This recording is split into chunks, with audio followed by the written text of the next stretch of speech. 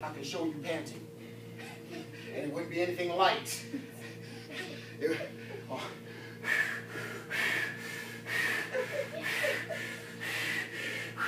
That is more like what it would sound like, what it would look like.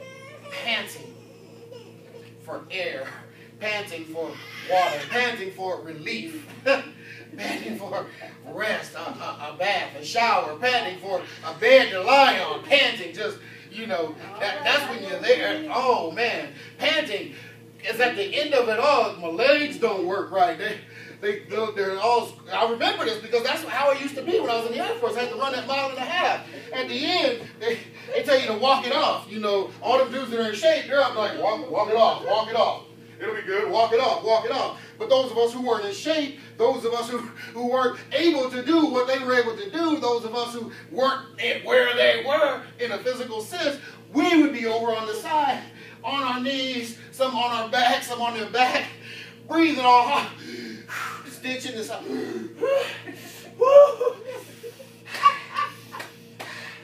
Panting.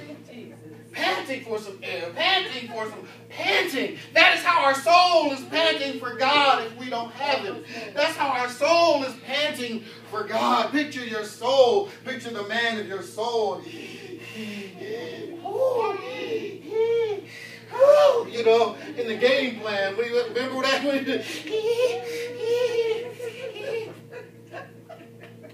Panting. Our soul is panting for God. Our soul is crying out to God from one side of the waterfall to the other. Lord, I need you. Lord, I need you. Verse 2, when shall I come and appear before God? Lord, when can I be back in your presence? That's the cry of the lost man's soul to God. That's the cry of our soul to God, to be in His presence. Even as believers, our soul still cries out, because even though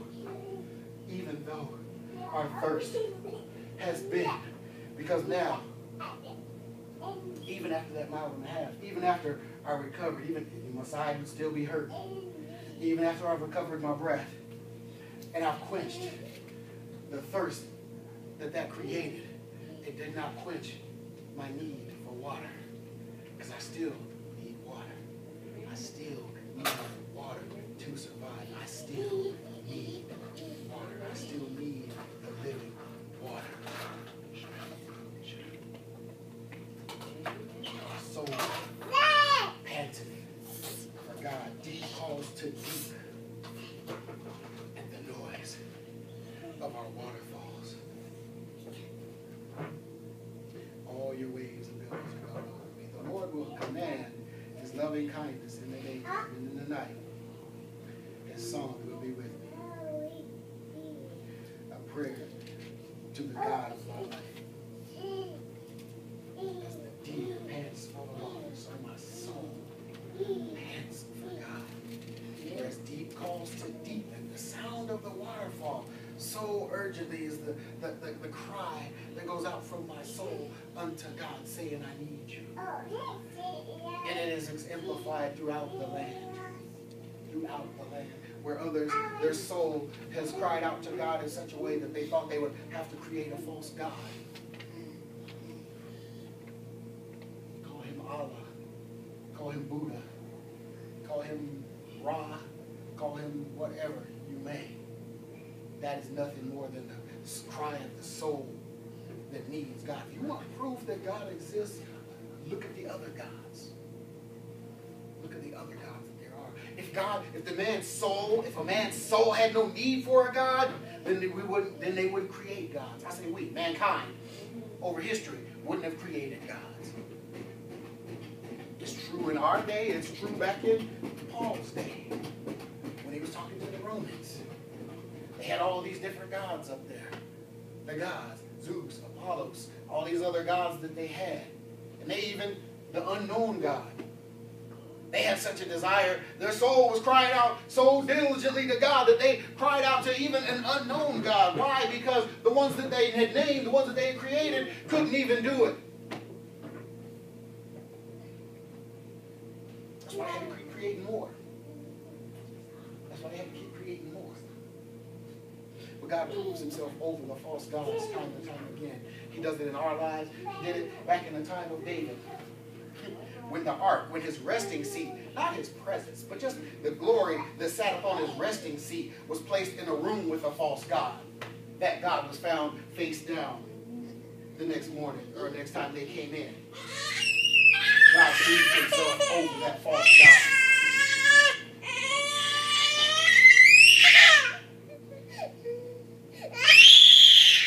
We have that living water within us. But it's not as a cistern. It's not as a backpack. It's not as a jug. But as a flowing water. As a flowing water. As a living water. As a river.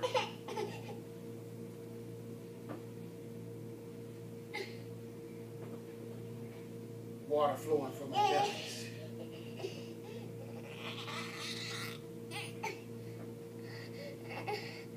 That's the water we need to bring to a thirsty nation. That's the water we need to bring to a thirsty world. Because we know that their soul is crying out for God. So much so that they don't even realize, oh, I don't need God. Yeah, you do. Yes, you do. Yes, you do. Because that job is your attempt to connect with the one true God. Because all that money you're saving up is your attempt to connect to the one true God. But it's not getting you there.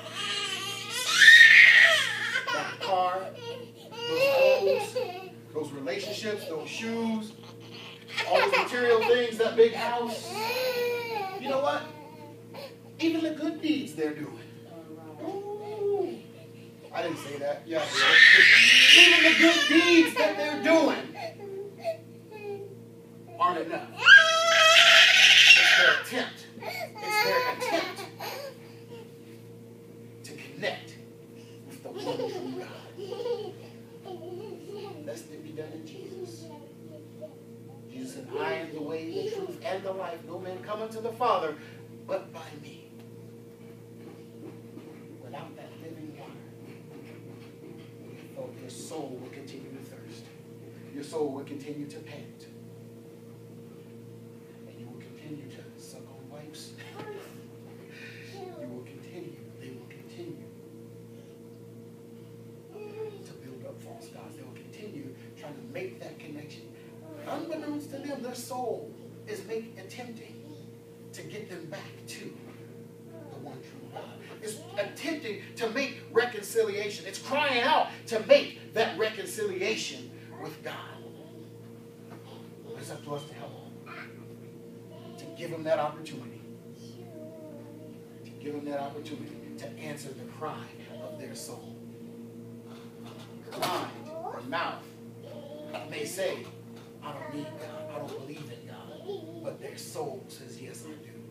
Their soul says, so as hard as they may think they are, as independent, as free-thinking, as elevated minds as they think they may have, their soul is crying out to God. Their intellect may be higher. Their IQ may be triple digits. But their soul is crying out to God. Their soul is crying out to be reconciled.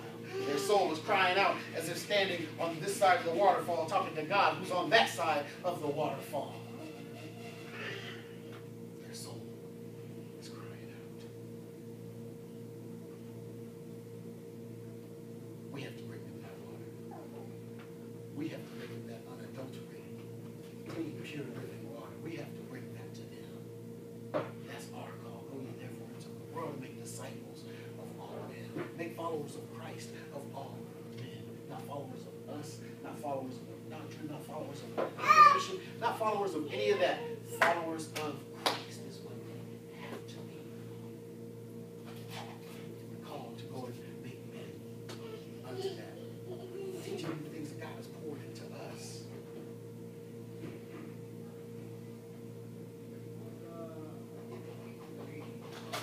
That is the call. That is the call. That is the call. Now that we know. Now that we know. It's the same as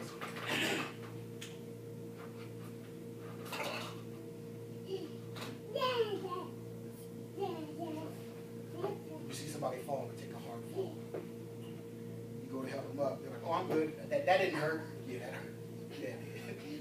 Yes, it did. Get up. Let me help you. No, I'm good. That didn't hurt. I'm good. I'm good. I got it. I got it. You can see. Yeah, the limp. They won't walk like this before. No, I'm good. I'm good. No, it didn't hurt. That's what the world is doing right in front of us. Right in front of us. They're hurting. They're hurting. But they're in denial. They got a broken bone that they don't want set.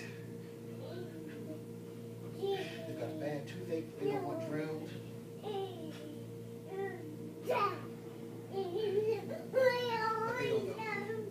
And it's up to us to give them that opportunity. We can't make them do it. We can't force them to do it. All we can do is give them the opportunity. Plant that seed. Plant that seed. And that's all we can do. And that's all we can do. Amen? And that's our word for today. Say it's good.